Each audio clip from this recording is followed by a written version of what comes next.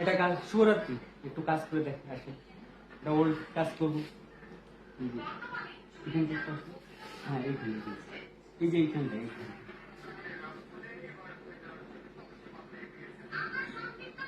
ভুরু ভুরু আসলে অনেক চলছে ভুরু কাটা স্টাইলটা।